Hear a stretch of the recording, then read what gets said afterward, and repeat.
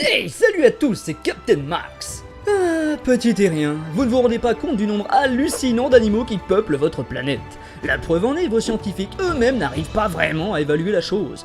Bon, certains restent sur une base de 7,7 millions d'espèces animales existantes, pour à peine 1 million de connues. Si certaines ne se distinguent pas beaucoup entre elles dû à leur ressemblance, d'autres au contraire sont particulièrement remarquables. Ainsi, nous allons voir aujourd'hui quelques spécimens d'animaux rares et surprenants.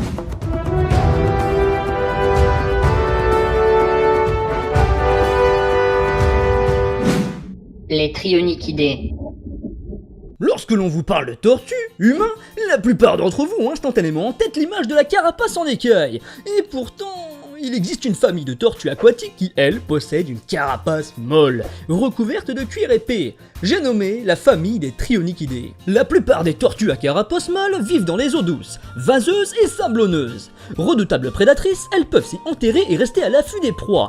Oubliez l'image de la tortue lente, car certaines, comme la tortue géante de Cantor, possèdent un coup télescopique très rapide qui leur permet de jaillir plus rapidement qu'un cobra pour attraper sa victime, et voire même de leur briser les os instantanément, tant leur mâchoire est puissante. Enfin bon, une belle bête de 2 mètres tout de même.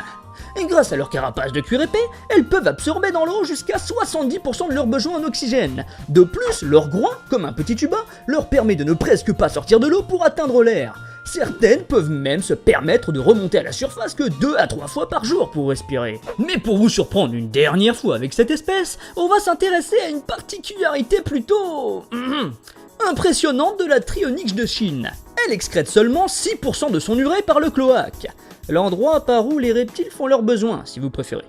Par où est-ce que ça sort alors, vous allez me dire? Eh bien à 94% par la gueule de l'animal. Et c'est un grand avantage pour elles, car ça leur permet de limiter leur consommation d'eau. Car oui, uriner vient la vessie en consomme beaucoup plus. Puisqu'elles vivent essentiellement dans des eaux de mauvaise qualité, elles ont moins besoin d'en ingurgiter, ce qui évite de trop exposer leur système digestif aux impuretés. Ingénieux, n'est-ce pas? Les mycentètes Semispinosus. On va maintenant parler d'un petit mammifère insectivore jaune et noir. Ce n'est pas un Pokémon, mais bien un animal de la famille des Tenrecidés, le Tenrec zébré. Cet animal de 200 grammes réside dans les forêts de Madagascar et se nourrit essentiellement de vers. Ses principaux prédateurs sont les boas et les mangoustes. Pour s'en défendre, ils usent de leur piquant, leur terrier et de leur couleur. Mais une question subsiste, pourquoi cette couleur ? Si de prime abord, le noir zébré de jaune flashy semble être un piètre camouflage, il est pourtant très efficace en pleine nuit. Car oui, les Tenrecs sont des animaux nocturnes. Le noir passe inaperçu et les jaunes ressemblent beaucoup à feuilles mortes tombées au sol. De plus, une fois repéré par le prédateur, le Tenrec hérisse ses piquants et la couleur jaune permet de les faire ressortir pour impressionner son adversaire. Comme quoi, il faut pas l'enquiquiner le petit. Le Pacou. Pour celui-là, on va faire un petit jeu. Je vous montre une dentition et vous devez deviner à quel genre d'animal ça correspond. Un primate? Non, vous ne trouvez pas? Ça n'a rien de surprenant, cette magnifique paire de mâchoires appartient au pacou, une espèce de poisson vivant en Amérique du Sud, dans les rivières amazoniennes. Plutôt que de décrire l'animal, je vais vous raconter à son sujet une histoire à mourir de rire. Rien que d'y penser, je rigole. Non bon ok, j'en fais un peu de trop, n'allez pas mourir de rire, mais préparez-vous à sourire. Le documentaire River Monster de 2011 raconte que des pacous auraient attaqué des hommes en Papouasie-Nouvelle-Guinée. Le présentateur, Jeremy Reid, s'est mis à la recherche des 2 victimes et par chance, il retrouva l'un d'eux. L'homme lui explique qu'il se porte très bien malgré le fait qu'il ait subi une grave morsure aux testicules.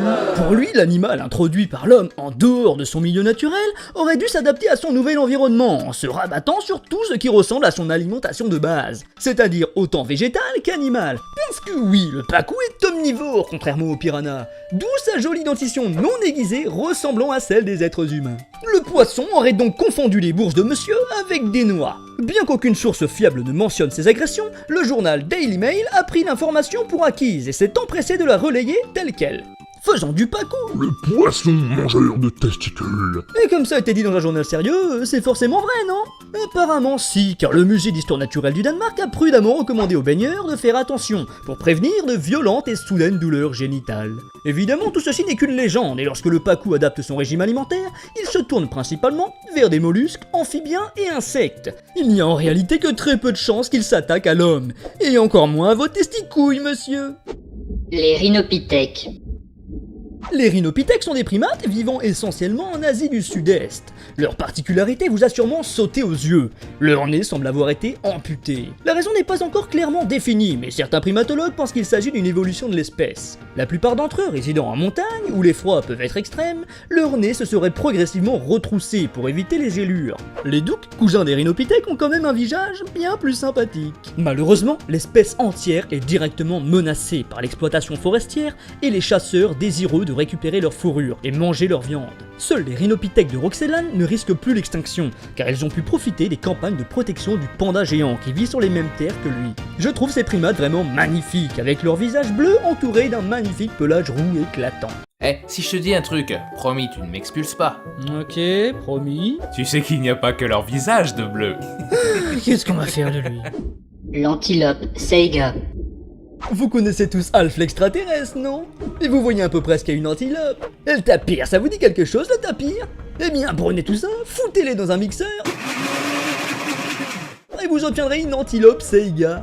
Le terme Saiga signifiant antilope en russe, on peut dire qu'ils ne se sont pas foulés. Son museau en forme de trompe lui donne un aspect morphologique plutôt étrange. Cet appendice lui sert de régulateur thermique, modifiant la température de l'air avant qu'il n'entre dans son organisme, et filtre aussi la poussière. Pourquoi faire?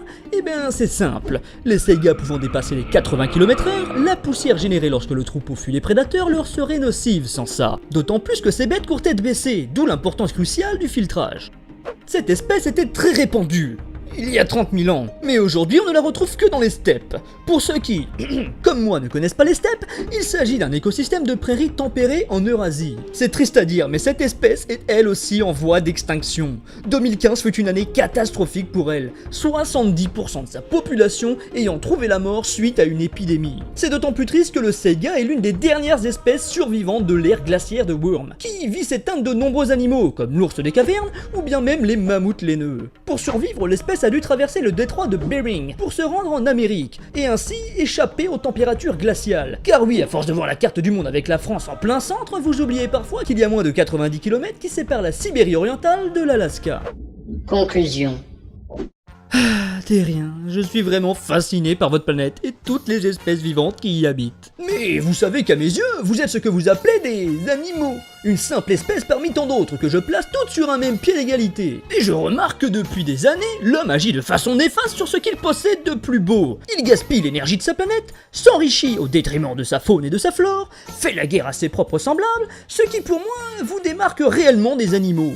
Mais je dois avouer que je garde bon espoir quant à votre espèce, car une nouvelle jeunesse, bien plus sensible à l'écologie profonde, commence à prendre la succession du vieux monde. Et j'espère qu'elle agira au mieux pour protéger toutes les espèces de cette terre que j'aime tant. J'espère que la vidéo vous a plu, si c'est le cas n'hésitez pas à vous manifester avec le bouton like, voire même à partager la vidéo, ce qui serait très gentil. Sur ce, je vous remercie de votre attention et je vous dis à très bientôt, terriens.